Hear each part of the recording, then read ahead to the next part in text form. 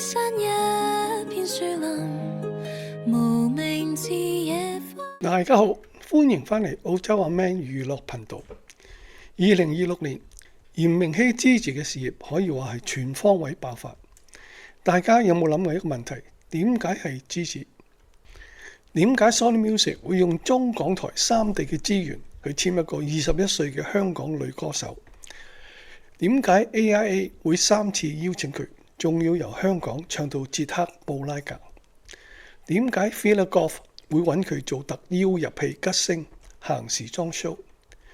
呢啲問題嘅答案唔單止關乎 Gigi 嘅才華，更關乎一個更大嘅課題 Gigi 嘅市場定位，同埋佢背後嘅合作企業點樣一步一步將佢推向中高階市場，再由香港走向世界。今日我會同大家做一個深入嘅分析，我會講 Gigi 嘅粉絲結構有咩特別之處， Sony Music、AIA、CMC 華人文化集團、微博、Phila Goff 呢啲合作企業各自嘅市場策略係咩？ Gigi 嘅 sophistication 即係佢嘅成熟、優雅、高品質音樂，同樣點樣同呢啲企業嘅市場定位完美配合？呢啲一切只係開始，未來我哋可以期待咩？開始前請點讚、訂閱、開埋小鈴鐺。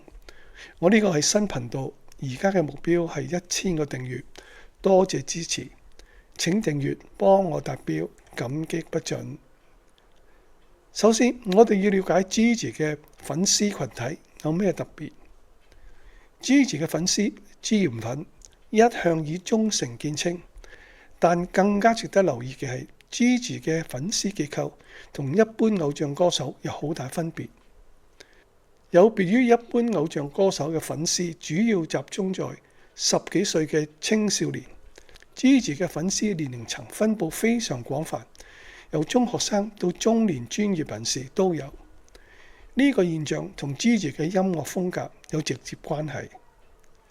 Gigi 唱嘅唔係典型式嘅偶像式流行歌，而係有一定難度、需要細味嘅作品。無論係愛情陷阱嘅冷豔演繹、領悟嘅情感投入，定係風淚嘅空靈治愈，都需要聽眾有一定嘅音樂鑑賞力。呢種門檻反而吸引咗一班追求高品質音樂嘅成熟樂迷。一個好重要嘅指標， Gigi 嘅演唱會門票3分鐘就賣晒，而且有粉絲響外地專程搭幾個鐘頭高鐵去睇。有人儲咗3個月嘅零用錢買內場飛，呢啲都係反映咗 Gigi 嘅粉絲願意為高質素嘅音樂體驗付費，而唔係睇樣或者追潮流。Gigi 嘅粉絲另一個特點係理性支持，佢哋會喺社交平台上理性討論 Gigi 嘅音樂，而唔係一味盲目吹捧。呢種成熟嘅粉絲文化正係品牌最想接觸嘅群體，因為呢班人有判斷力、有消費力，而且忠誠度高。講完粉絲，我哋睇下 Gigi 嘅合作企業，包括 Sony Music、AIA、Phila Goff、CMC 以及佢哋各自嘅市場策略，打造國際級歌手。2026年1月 Gigi 正式加盟 Sony Music 大中華區，成為中港台三地共同簽約嘅藝人。呢個安排喺 Sony Music 嚟講係非常罕見嘅。Sony Music 大中華區 CEO 陳國威響記者會上講得好清楚，佢哋睇中 Gigi 嘅實力同潛力，會用三地嘅團隊資源一齊打造屬於 Gigi 嘅音樂版圖。佢仲話 Gigi 唔單止係藝人，更加係嚴老闆，因為 Gigi 保留咗自己嘅工作室，以合作形式同 Sony Music 合作。呢個安排聰明之處在於 Sony Music 提供國際級嘅製作資源同發行網絡，而 Gigi 保留創作自主權，支持可以親自邀請日本音樂人 Kokia 為佢作曲，參與編曲。決定自己嘅音樂方向。呢種自主嘅資源嘅模式，正正係中高階市場最 buy 嘅。消費者要嘅係真誠嘅作品，而唔係工廠式嘅生產嘅作品。AIA 係總部位於美國嘅跨國保險巨頭，業務覆蓋亞太區多個市場。佢哋嘅 Summit Club 係表揚頂尖業績代理嘅年度盛事，能夠獲邀擔任佢嘅表演嘉賓係有一定份量嘅歌手。2026年4月，Gigi 遠赴捷克布拉格為 AIA 活動演出。呢次已經係 Gigi 第3次獲得 AIA 邀請，從香港唱到捷克，真係一步步變得更厲害。AIA 選擇 Gigi 嘅原因好明顯，佢哋嘅客戶群係中高收入專業人士，而 Gigi 嘅形象優雅、成熟、有才華，唔做作，正正係呢班群體會欣賞嘅。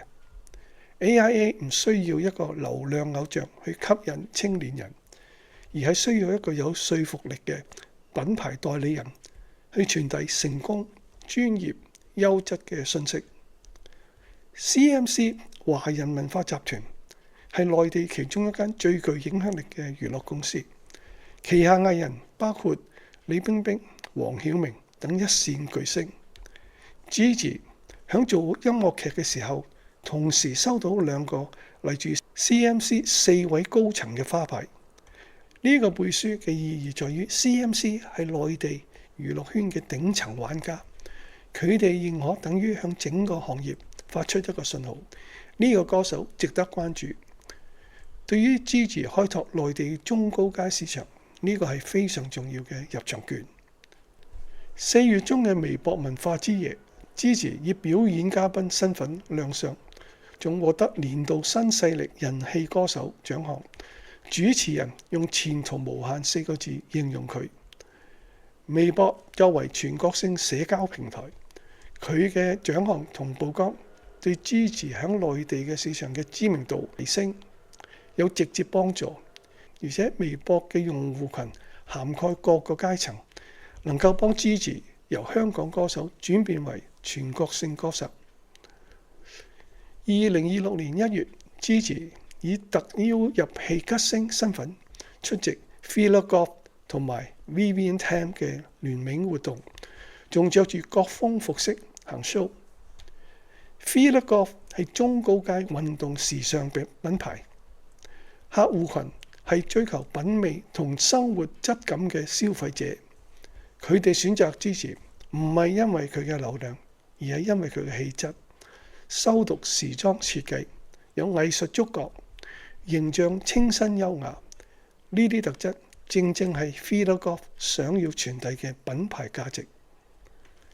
講完企業，我哋講下 Gigi 本身嘅特質，點樣令佢成為呢啲企業嘅不二之選呢？首先講唱功。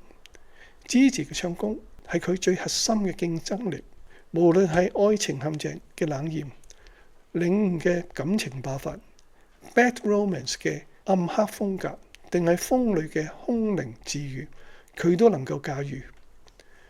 更重要嘅咧係 Gigi 唔係一個一首歌走天涯嘅歌手，佢嘅聲線可塑性極高，可以適應唔同嘅音樂類型。呢種全能性令佢可以適應唔同品牌嘅需求。AIA 要嘅係優雅，Phila Goff 要嘅係時尚，微博要嘅係人氣。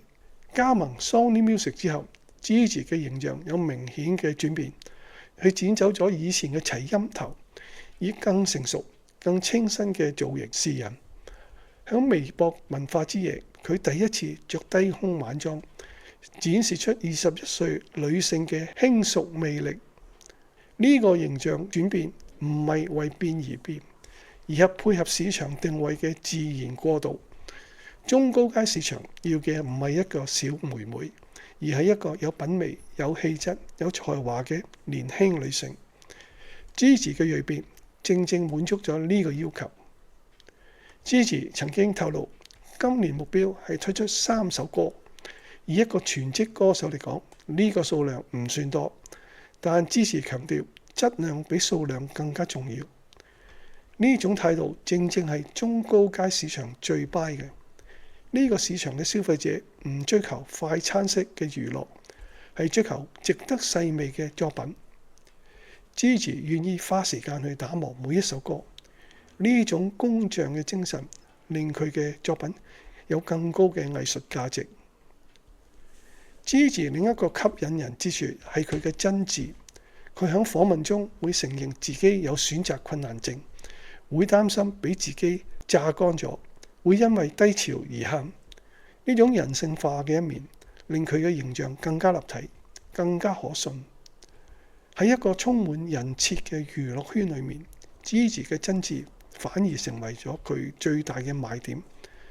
中高階市場嘅消費者對造假嘅容忍度極低，佢哋要嘅係真貨，係真實。Gigi 正正提供咗呢樣嘢。當 Gigi 累積足夠嘅個人作品之後呢，我哋可以期待佢喺香港、內地甚至海外舉辦大型音樂會。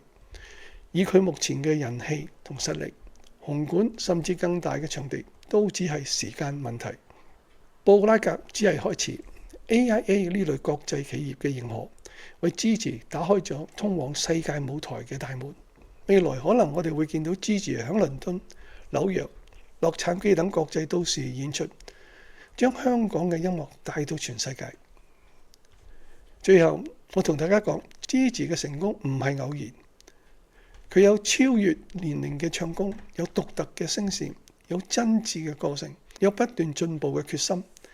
但更加重要嘅係身後有一班專業嘅合作夥伴 ，Sony Music、AIA、Fila Golf， 並用最適合嘅方法去開發中高階市場。從香港到內地，由內地去到歐洲， Gigi 嘅事業版圖正喺度一步步擴張。用我哋作為粉絲最開心嘅就係見到 Gigi 可以保持真我，用音樂去打動人心。如果你都係Gigi嘅粉絲，記得留言分享你對佢未來發展嘅期望。我哋下條片再見，記得點讚、訂閱、開埋小鈴鐺。拜拜。